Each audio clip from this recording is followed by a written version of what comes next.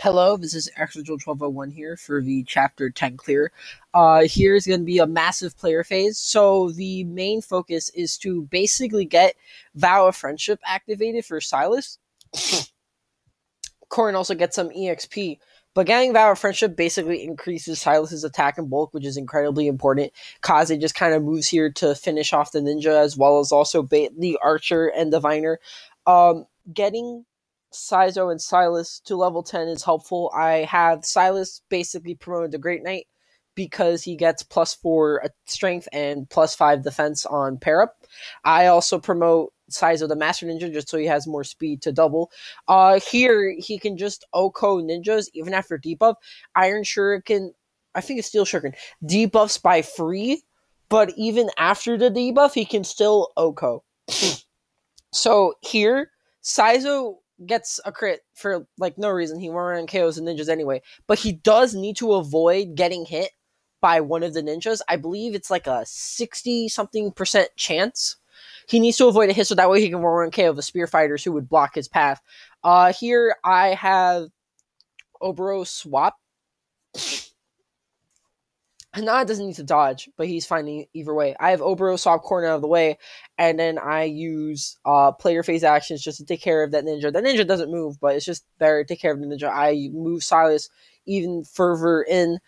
He's actually really bulky, so he's fine taking the hits. Also, yeah, that's another reason why I wanted Saizo to not get debuffed, because the spear fighters get in the way, and I also still have to deal with the archer, who's just always in my way.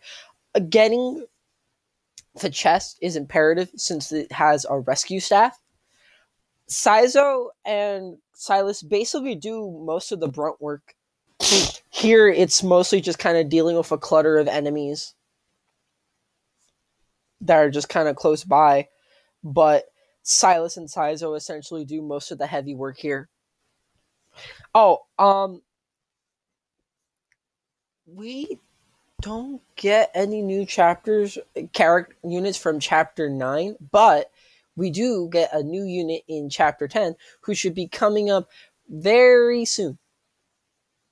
And I'll just talk about him now. It's basically Takumi. Takumi is actually pretty solid for a handful. Oh, there he is.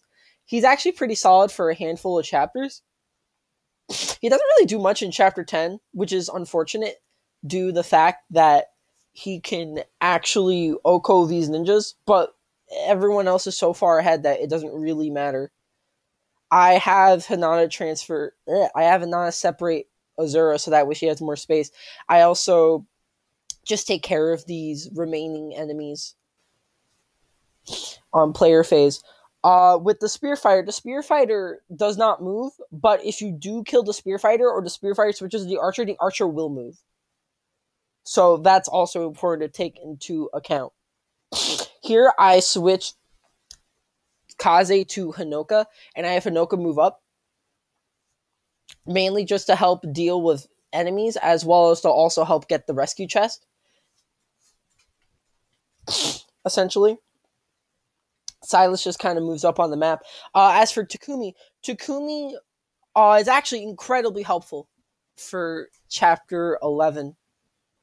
And he can promote into Kinchi, so he's kind of helpful for some skip strats. He also helps in Chapter 13, so that's something. And he also helps in Chapter 22, so he's pretty neat. I have to kill the Shrine Maiden there on player phase, since the Shrine Maiden does not attack. The Shrine Maidens you have to kill on player phase, since they just don't have any way to retaliate against you, so they just won't attack you, so you have to attack them on player phase instead. Here, I just kind of deal with this last section. I also feed for Corrin to kill, just so that way she can get to level 10. Her being level 10 by Chapter 13 also really helps in regards to Kagero juggernauting a large swath of enemies on the top half of the map. And I feed Orochi the second kill, just so that way I can get her level 10 faster.